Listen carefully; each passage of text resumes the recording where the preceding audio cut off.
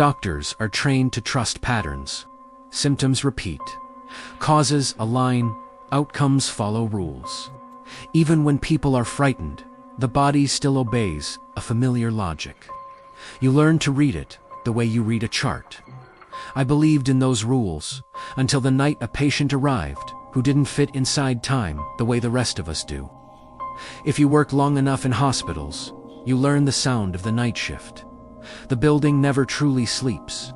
It breathes. Ventilation, fans, distant carts, soft alarms, the quiet hiss of fluorescent lights, a constant careful noise that keeps you from noticing the silence underneath it.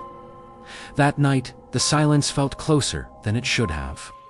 It was nearly 2 a.m. when a nurse called me down to the observation room. She didn't sound scared, just confused. "The patient is calm," she said. To calm, I remember wiping my hands on a paper towel, checking my watch, and thinking how ordinary that sentence was. Calm patients are a blessing. Calm patients don't break things. Calm patients don't make you stay late. But her voice held something else. The patient had been brought in by ambulance, male, mid-30s. No visible injuries, no signs of intoxication. Found sitting on a park bench, perfectly still, staring forward. He hadn't resisted. He hadn't spoken. He hadn't even blinked much. According to the report, when I entered the room, he was already seated, hands resting flat on his thighs, back unnaturally straight, shoes neatly aligned with the chair legs, as if he'd arranged himself before I arrived. His eyes were open, focused on nothing in particular. He didn't look distressed. If anything, he looked finished, as if something had concluded inside him. I introduced myself. He didn't respond. I asked if he could tell me his name. He watched me for a moment longer than a normal person would. Not defiant, not confused, just waiting. Then he said it quietly, a normal name, as if it had been placed in his mouth by habit. I stepped closer and checked his vitals. Heart rate normal, blood pressure normal, temperature normal, pupils responsive. Everything read exactly as it should, and that made me uneasy. People in shock don't look this balanced. Trauma doesn't arrive with perfect symmetry. Even fear has fingerprints. I asked him if he knew where he was. After a long pause, he answered, "Yes." His voice was calm, measured, and completely flat, like he'd rehearsed the word until it lost meaning. I asked him how long he'd been sitting on the bench. He frowned, just slightly, as if the question itself was flawed. "Longer than the space around me," he said. I wrote it down anyway. You learn to write down the strange things, not because you believe them, because you don't get to choose what becomes important later. As I spoke to him, I noticed something subtle. He didn't track my movement. When I stepped to the side, his eyes didn't follow immediately. They stayed fixed for a moment, then adjusted, as if they needed time to catch up with the present. It wasn't slow, it was delayed, like a film that loses sync with its sound. I asked him to look at my hand. He did, but again, late. I held my hand up, palm open. He stared at the space beside it, then corrected, as if his attention had to be retrieved from somewhere else first. The nurse shifted beside me, and I saw her swallow. "How long has he been like this?" I asked. She hesitated. "He says he's been here before." "Here, as in the hospital?" I asked. She shook her head. "Here, as in now." I smiled politely and dismissed her. Not because I thought she was lying, because I didn't want fear to become contagious in a room this small. I told myself fatigue was playing tricks on both of us. Then the clocks stopped agreeing. I noticed it first because I'm the kind of person who checks time without thinking. A habit built from schedules and medication windows and shifts that blur together. The wall clock ticked forward. My wristwatch followed. The digital display on the monitor behind the patient lagged. Then jumped, then lagged again, just a second at a time, enough to notice, enough to doubt. I stepped closer to the monitor and watched the seconds. The patient watched me watching. That was the first time he smiled. Not friendly, not threatening. A precise smile, like confirmation. "You can feel it now," he said. I asked what he meant. He didn't answer right away.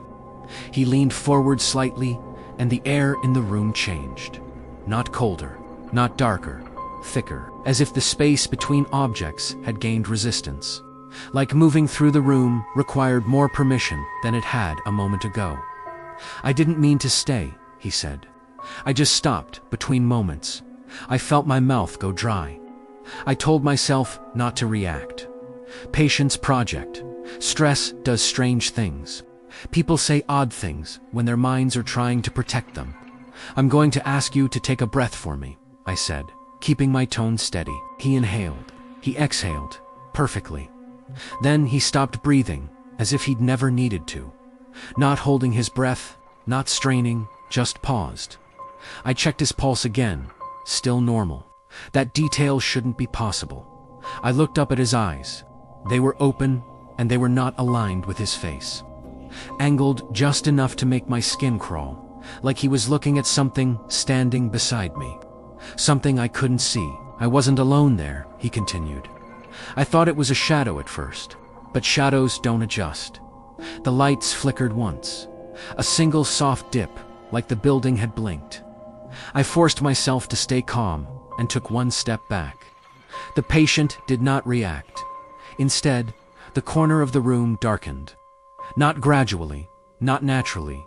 It deepened, as if light had been folded and packed away. Inside that darkness, something moved.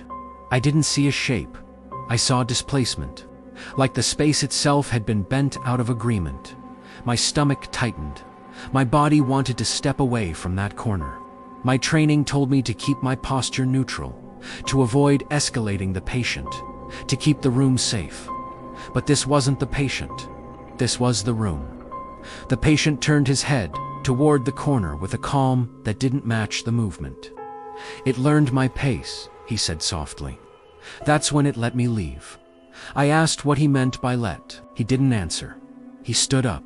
The movement was wrong. Not jerky, not smooth. Delayed, as if his body and the present moment were negotiating. When he rose to full height, the lights dimmed again, not flickering, not failing, just lowering, like a dial being turned. And in that deepened corner, I saw it. Not fully, never fully. A tall form bent at an angle that didn't belong to bones. Its outline inconsistent, like it couldn't decide how many limbs it needed. Where a face should have been, there was only depth, an opening that did not reflect light. The room felt smaller around me, not in shape, but in function. Certain movements suddenly seemed unavailable, like the air itself was advising me not to choose them. I couldn't move, not because my muscles failed, because movement felt like the wrong answer. The patient stepped closer to me, and the thing behind him adjusted, not following. Refining, mirroring his posture, correcting itself with each small change, like it was building a clearer image from the way he stood. The pressure behind my eyes increased. My thoughts slowed, organizing themselves neatly, calmly.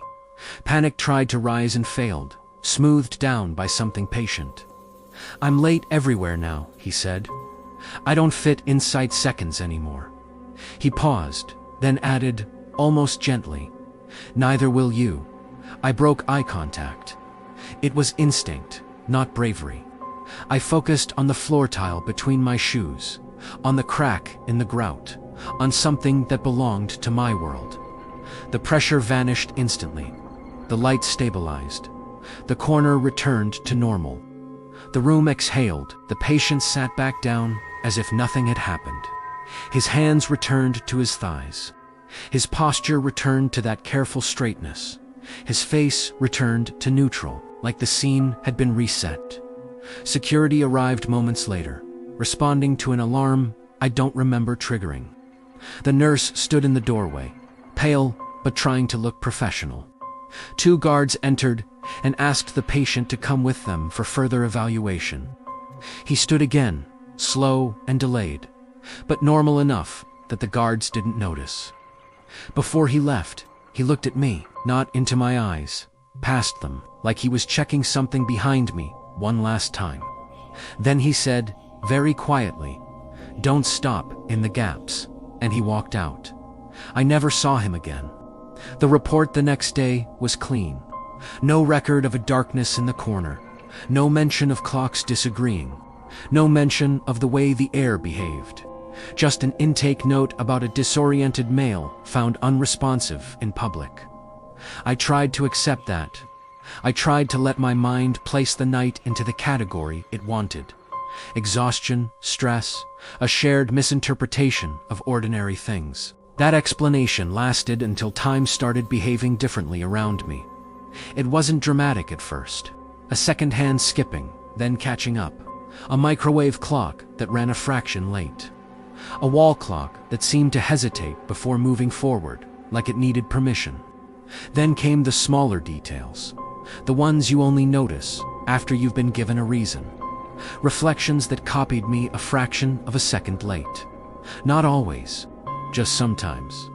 Enough to make me feel watched by my own timing and the air. Sometimes, when a room is too quiet, I feel it resist me. Not like wind, like pressure, as if something is checking whether I've stopped long enough to be useful. I still practice medicine. I still believe in patterns. I still trust my hands, my eyes, my training. But now I know there are gaps between moments where something else waits. Not a creature in the usual sense. Not a face, not a body, a patience, a method, a presence that learns you by the way you pause. And the worst part is this. It doesn't need to frighten you to win. It only needs you to stop. Because once you step into those gaps, it never forgets your timing. So if your watch ever skips a second and you feel the room become too still, don't stand there trying to prove it. Don't hold your breath to test the silence. Move, just enough. Break the alignment, because the moment you stay in the gap long enough, you stop being early, and you become late everywhere.